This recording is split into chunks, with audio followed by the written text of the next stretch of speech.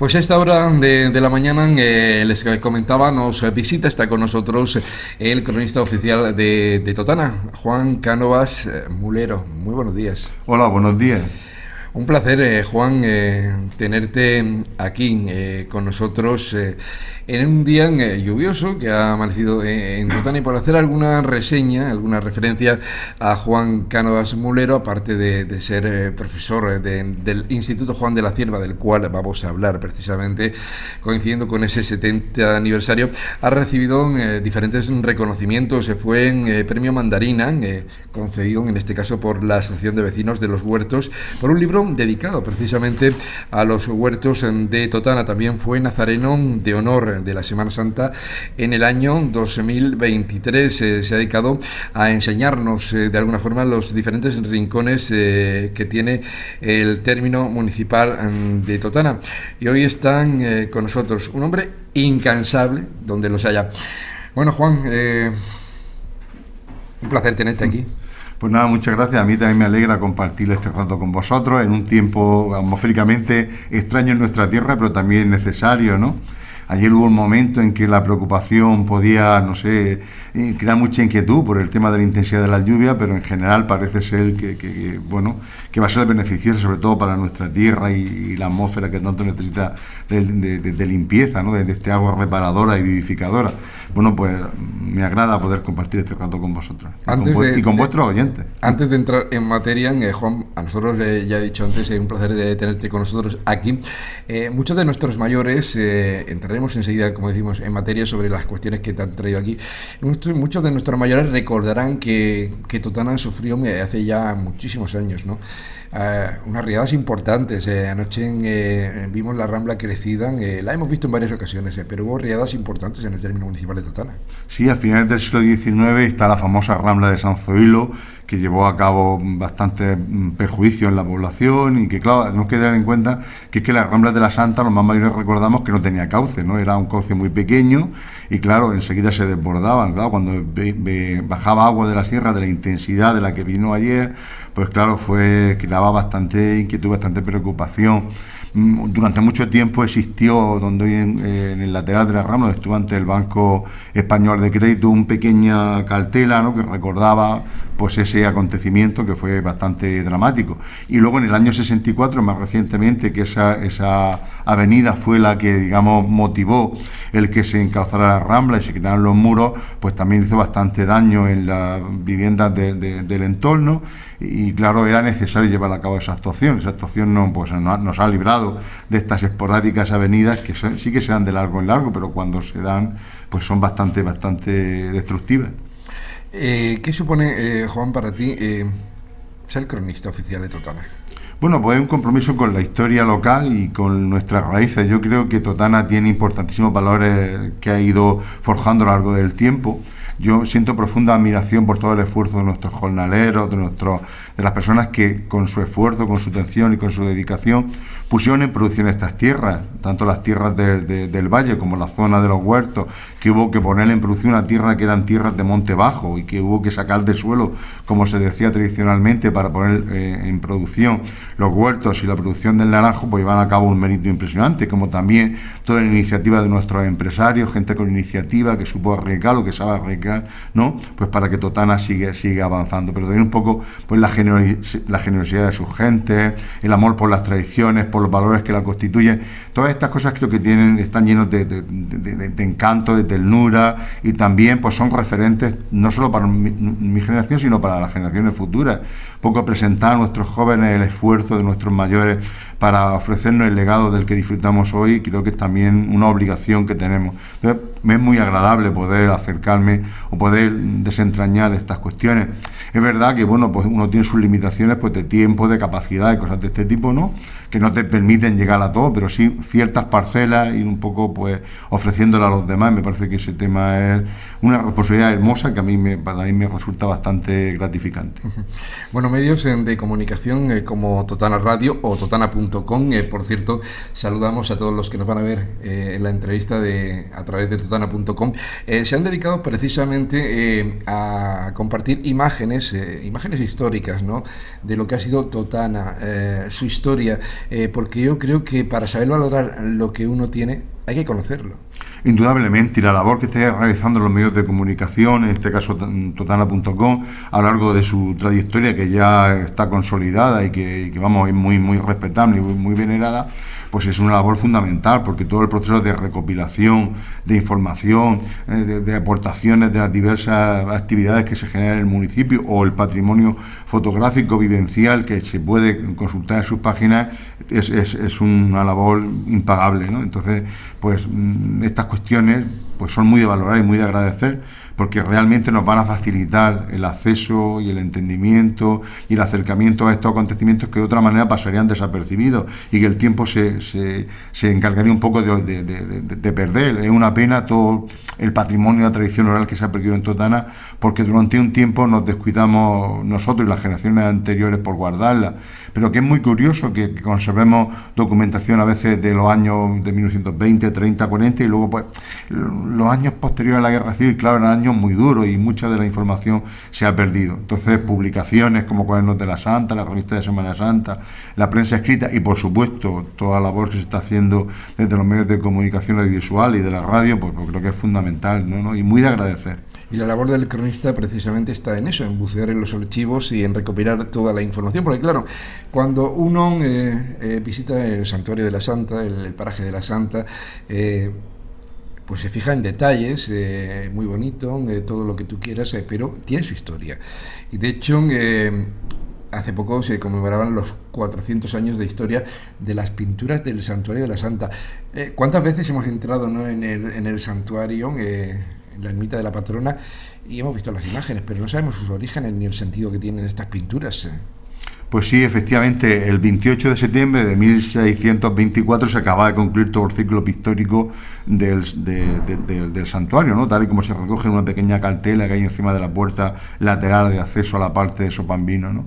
Bueno, pues en septiembre se celebrará el 400 aniversario, que ha sido pues un momento importante para acercarnos a ese legado, para conocer su origen, su evolución, y un poco pues para que ayudar a entenderlo más, ¿no? En la Fundación La Santa llevó a cabo algunas actividades con este motivo, ¿no? Y se hizo una velada bastante interesante, pues para presencialmente conocer y ofrecer a las personas que pudieron asistir físicamente o a través de los medios de comunicación cuál haya sido el origen y la evolución de ese ciclo pictórico, y creo que ha sido también un motivo pues para que Totana pueda acercarse a los orígenes y a entender ese proceso.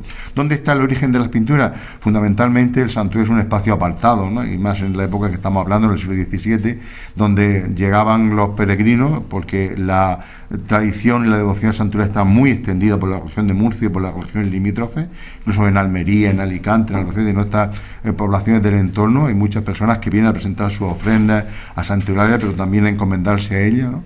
Bueno, claro, cuando llegaban las personas, muchas de ellas tampoco sabían leer, ¿no? Entonces hacía falta la imagen como medio principal de comunicación para transmitirle valores fundamentales de la fe y de la capacidad sanadora de Santa Eulalia. Entonces el ciclo pictórico donde se presentan los milagros de Santa Eulalia, pues un elocuente testimonio de cuál es su capacidad de intervención y de sanación, pero también aspectos fundamentales de carácter pedagógico, catequético, como la vida de Cristo, de los santos, ¿no?, el esfuerzo y el tesón de personas que en favor del Evangelio se entregaban a los demás, ¿no? Esa labor catequética y pedagógica de estas pinturas es fundamental, y a nosotros nos sorprende pues por su belleza, por su encanto, por su ternura, pues ese sentido que tiene tan cercano, ¿no? Son muy expresivas. Llama la atención, ¿no? En algunas de estas pinturas, como tú decías, Juan, se recoge la vida de Santa Eulalia, en el martirio de Santa Eulalia. Se recoge momentos de la época de Jesucristo, de sus vivencias, de los santos. Y llama poderosamente la atención, ¿no? 400 años, y hay que ver el buen estado en el que se conserva. Es verdad que ahí en los años 70 y posteriormente también ya la Fundación La Santa se llevó algunas actividades de consolidación, porque evidentemente en la zona de techumbre se habían producido algunas filtraciones de lluvia y de humedades que se restauraron en los años, pues eso, no hará 15 o 20 años aproximadamente, ¿no?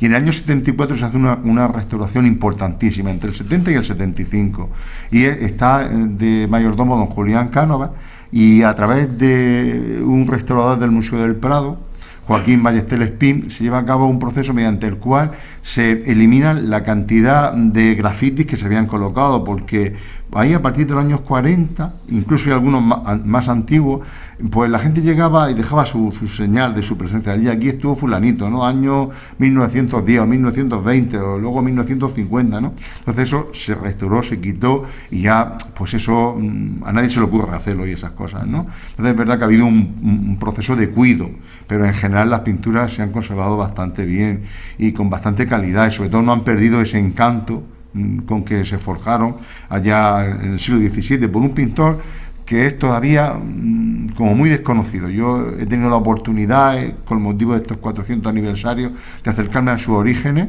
por una nota casual que aparece en una partida de bautismo de uno de sus hijos, y probablemente él contrae matrimonio en Mazarrón con Mariana Ruiz, con una chica allí de Mazarrón, pero no sabemos su origen porque los documentos anteriores no existen, o sea, el matrimonio no está solo la partida de nacimiento de su primer hijo, ¿no? Entonces, pues a partir de él han podido seguir la trayectoria, que nacen 3 de sus hijos en Mazarrón y luego otros 3 aquí en Totana, ¿no? Bueno, pues acercarnos a esos personajes que dieron forma a estos ciclos, a este proceso, pues realmente también es muy interesante. Bueno, no solamente las pinturas, si uno sigue investigando, pues podíamos in situ conocer los orígenes de la figura del santero, el capellán, ¿no? del santuario. Cada uno tenía su papel, su misión ahí, y desde luego da para mucho. Sí, la cueva que hay debajo del altar mayor. Uh-huh. Pues sí, evidentemente, la santa, aparte de ese contexto tan agradable y tan atractivo que tiene de la naturaleza, parece que se muestra especialmente pues reconfortante y expresiva para acoger la gran devoción a Santa Eulalia de Mérida y todo lo que supone en torno a su figura de entrega, de compromiso con el Evangelio, y también lo que nos ha ayudado a lo largo del tiempo pues a vivir en plenitud estos valores y la preocupación por los demás, las cuestiones solidarias. Pues también hay figuras que estaban muy establecidas. Los hermanos de la Santa tienen su primer origen en unos ermitaños que cuidaban del entorno. Eran 1 o 2 y luego llegaron a ser hasta 6 personas que vivían allí, que se ocupaban de todo aquello, ¿no? Porque todas estas figuras estaba todo arreglado, todo muy organizado, todo muy estructurado, y eso pues lo hemos venido pues no sé, aceptando, acogiendo y manteniendo hasta el presente. Bajamos, Juan, a Totana y nos vamos a la avenida de Lorca. Ahí al comienzo de la avenida de Lorca, entrando por la carretera que viene de Lorca, tenemos un edificio que desgraciadamente jugó un papel importantísimo en la historia de Totana, que ahora está en la situación que está, que es el Instituto Juan de la Cierva y Codorníu. Ya el nombre lo dice todo. ¿Qué podemos contar sobre este instituto, sobre estos 70 años de historia? Eso iba a comentar, ¿no? Que es que estamos celebrando el 70 aniversario del año 1954, el Instituto Juan de la Cierva empieza su andadura, ¿no? Hasta entonces la enseñanza secundaria era muy difusa, muy complicada, ¿no? Había que hacerla en academias, desplazándose fuera, y no todo el mundo tenía posibilidades económicas. Ya cuando el año 54 se pone en funcionamiento el instituto, es un profundo regalo para Totana, que permite que los hijos de las clases menos acomodadas puedan participar e incorporarse a la vida educativa, al ciclo superior, que luego les va a permitir acercarse a los estudios universitarios y bueno, y una preparación pues de más hondura para poder desempeñar responsabilidades profesionales de otra entidad, ¿no? Entonces, bueno, pues esa labor ha sido una labor importantísima, y entonces el Instituto Juan de la Cierva está celebrando ese acontecimiento. Su director, Juan Francisco Talora, ha puesto todo el esfuerzo de dedicación, igual que su claustro de profesores, pues porque sea un tiempo de toma de conciencia, de homenaje y también de reconocimiento a estas personas que pusieron en funcionamiento, y también a presentar su trayectoria. Una actividad muy importante, muy agradable, ha sido Alma Mater, ¿no? Alma Mater son unos encuentros que han venido produciéndose a lo largo del último trimestre y que todavía se llevan a cabo. El último encuentro venía una de las directoras generales del Ministerio de Educación, me imagino que sería, o de Innovación Tecnológica, María González Veracruz, a hablar de inteligencia artificial. Anteriormente Juan Carlos Ibarra, este muchacho que tantos logros está teniendo en el mundo del ajedrez, y así un grupo importante de personas que, vinculadas de una manera u otra a la cultura o al instituto, nos han transmitido su testimonio y que los alumnos lo han vivenciado de primera mano. Creo que eso es importante, reconocer y agradecer y valorar ese esfuerzo. No se nos puede olvidar todo lo que ha supuesto el instituto, y en este sentido pues hemos tenido la suerte de encontrarnos con un claustro del instituto del presente que está está muy preocupado por estas cuestiones, y por su director con su capacidad de impulso, Juan Francisco, que ha sabido también un poco canalizar todos estos esfuerzos. Juan, ¿y qué relación tenía? Porque claro, hay que conocer un poco la figura, ¿no?, de Juan de la Cierva. ¿Qué relación tenía con Totana? Bueno, la familia de la Cierva había tenido alguna relación a través de la familia Codorníu con la repoblación, pero sobre todo es que una figura muy emblemática en el mundo de la región y en el mundo de la aeronáutica, ¿no? Entonces, bueno, pues en ese momento se barajaron varias posibilidades y se veía acertado que una persona que en ese momento no era excesivamente conocida, ¿no?, y ahora probablemente, bueno, pues sí que tiene una mayor trascendencia y se le ha estudiado con bastante profundidad, pues rendirle un homenaje a alguien que había tenido una responsabilidad en la aeronáutica tan importante como había sido esta persona. ¿Cuántas personas hoy importantísimas en diferentes ámbitos han salido de ese instituto? ¿Y cuántos recuerdos, Juan, dejas tú también entre esas cuatro paredes, ¿no?, de las clases? Bueno, para mí el Juan de la Cierva ha supuesto pues una parte importantísima de mi vida. Yo hice allí mis estudios de bachillerato, donde se forjó pues, mi personalidad probablemente, ¿no?, porque esas cosas se forjan en las primeras etapas de la vida, y allí donde me encontré los amigos que mantengo y donde, bueno, con quienes me siento pues muy a gusto, muy agradable, y donde puedo un poco expresar mis inquietudes y mis anhelos y recibir también de ellos fortaleza. Y luego la última etapa de mi vida profesional, los últimos 24 años, lo he pasado como profesor en el instituto, y ha sido una experiencia súper gratificante. Acabo de jubilarme hace un par de semanas, ¿no?, y entonces he tenido que dejar ese mundo que para mí está lleno de encanto, lleno de posibilidades. Es un mundo precioso donde cada día es un reto, porque trabajar con jóvenes es algo realmente impresionante, que de alguna manera te compromete a estar al día, a estar cerca de ellos, intentar entenderlos, acercarte, y con nuestras limitaciones, porque evidentemente pues no tengo todas las habilidades precisas para poder conectar con ellos, pero sí siempre he tenido muchas ganas pues por estar cerca de ellos, por mucho interés por conocer sus inquietudes y por hacer lo mejor que pueda mi trabajo, ¿no?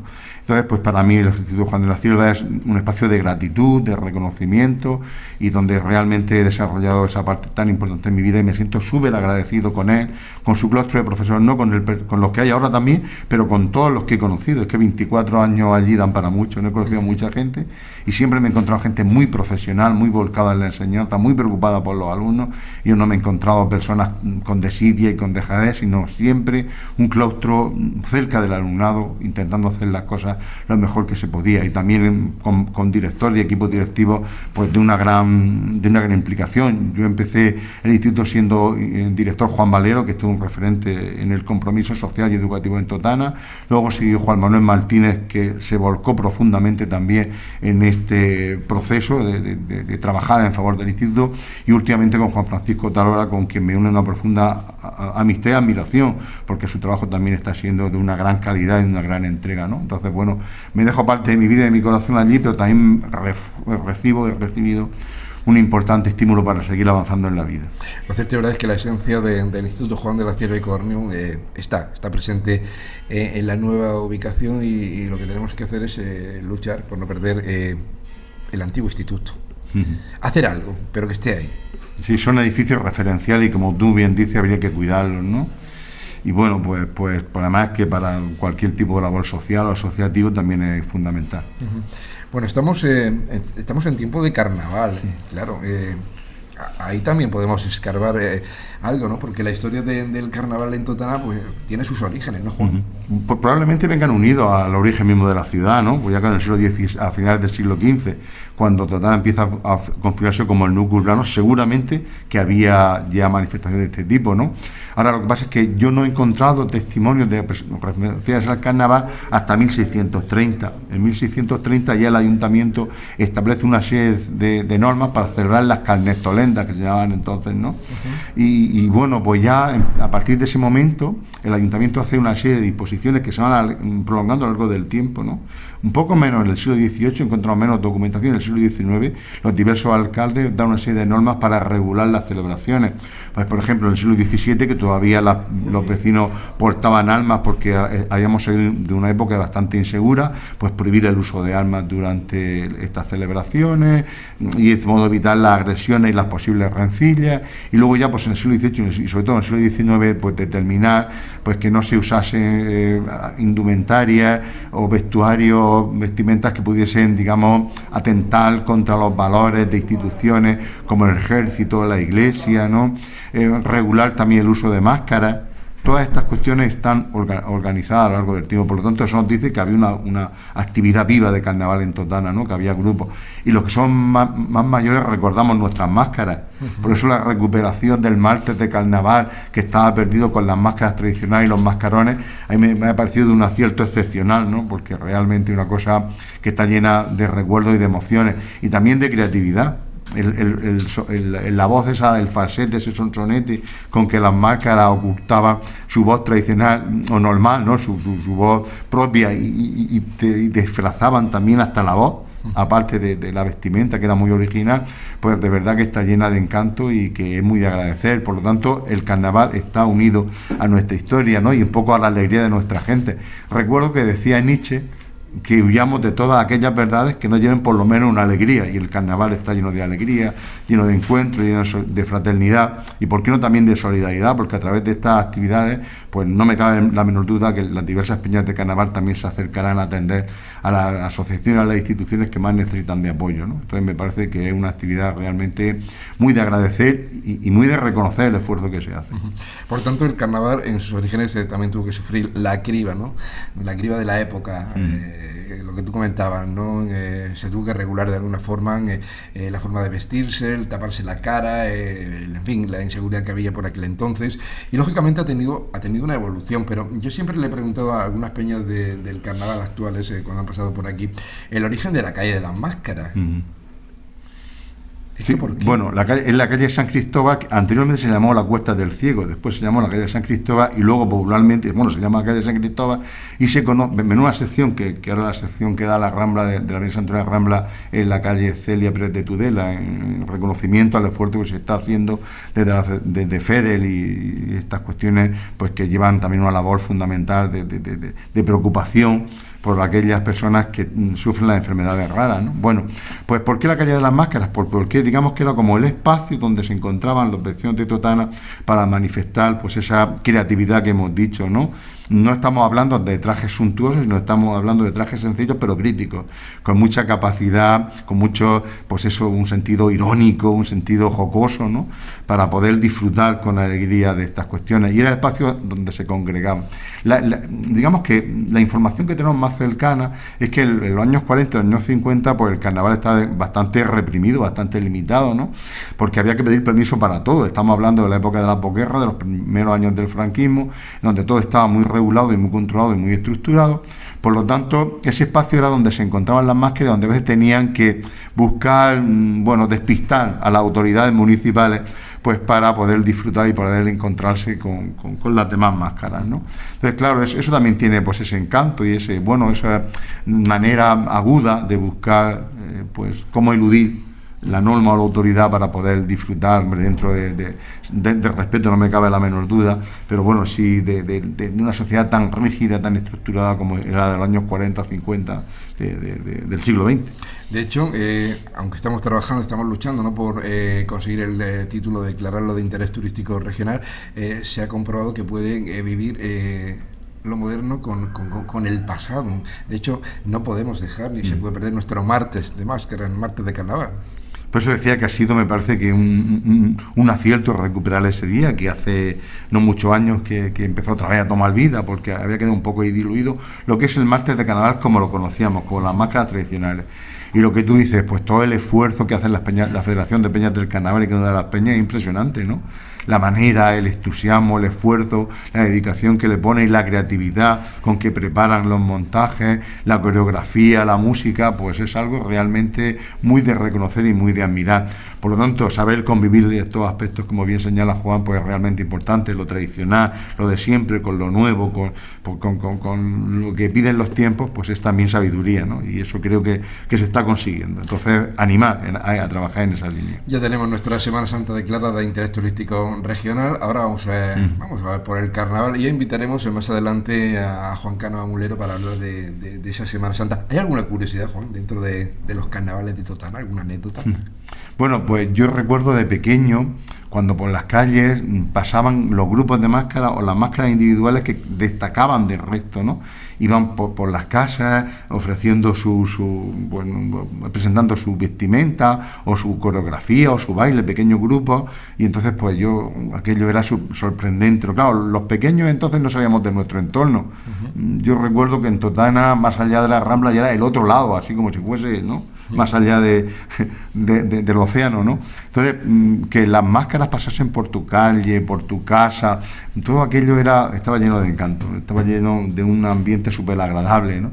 Entonces, bueno, pues eso caló mucho en el corazón de la gente y realmente era algo. Y luego no se nos puede olvidar comentar todo lo que supone las murgas, las comparsas, el espíritu crítico de los años 10, 20, 30 que se conservan, que Mateo García publicó un libro súper interesante, Los carnavales que viví, en donde recoge la letrilla de muchas de estas cancioncillas que de carácter crítico pues se criticaban las cuestiones de época. O luego a finales de la década de 1980, en torno al año 86, 87, 88, yo recuerdo haber visto el grupo de Los Pitufos, que también con muchísima gracia y con muchísimo encanto preparaban letrillas para criticar las cuestiones de la época. Pues eso es una gran sabiduría popular y un gran conocimiento pues de lo que está pasando en el ambiente donde te vive, y un poco pues yo siempre recuerdo la crítica como muy no destructiva, sino es muy creativa. Bueno, como dice el dicho, Totana, ¿quién te ha visto y quién te ve? ¿No? Cuando miramos imágenes de peñas que han dejado su esencia en el carnaval de Totana, de peñas ya históricas que no están desfilando, pero que están en el recuerdo de muchos, que el tema de las chirigotas no es nuevo, ¿no? Aunque se haya querido recuperar ahora también, tenemos se ha celebrado el segundo certamen de chirigotas, pero esto viene de antaño, de atrás. Sí, efectivamente. Porque era muy frecuente que los grupos prepararan cancioncillas pues para criticar el momento histórico que está viviendo, por ejemplo, que no llegaba el agua, o por ejemplo en la década de 1920 recuerdo que había un alcalde, Lorenzo Duarte, que era una persona especialmente preocupada por la limpieza, muy escrupulosa, ¿no? Con el tema ese, dictaba normas constantemente para que los vecinos tuviesen limpios las calles, las cuadras, las casas, y entonces recuerdo haber leído alguna murga pues criticando ese sentido tan escrupuloso del alcalde. Señora, tenga usted cuidado que el alcalde debe llegar y su casa no está limpia, ¿qué pesetas le pondrá? Cosas de ese tipo, ¿no? Que estaba como era muy algo realmente interesante, que lo que se ha hecho ahora, como tú bien dices, pues es recuperarlo, actualizarlo, incorporar pues toda la capacidad de nuestras jóvenes. Pues Juan Cánovas Mulero, cronista oficial de Totana, ha sido un placer el compartir un rato en la mañana contigo de este lunes aquí en Totana Radio, también en totana.com. Gracias por haber venido, por aceptar nuestra invitación. Bueno, muchas gracias a vosotros, a vuestra disposición. A disfrutar de la jubilación, pero que seguro que quieto no te vamos a tener. Bueno, vamos a intentarlo. Muchas gracias. Muchísimas gracias.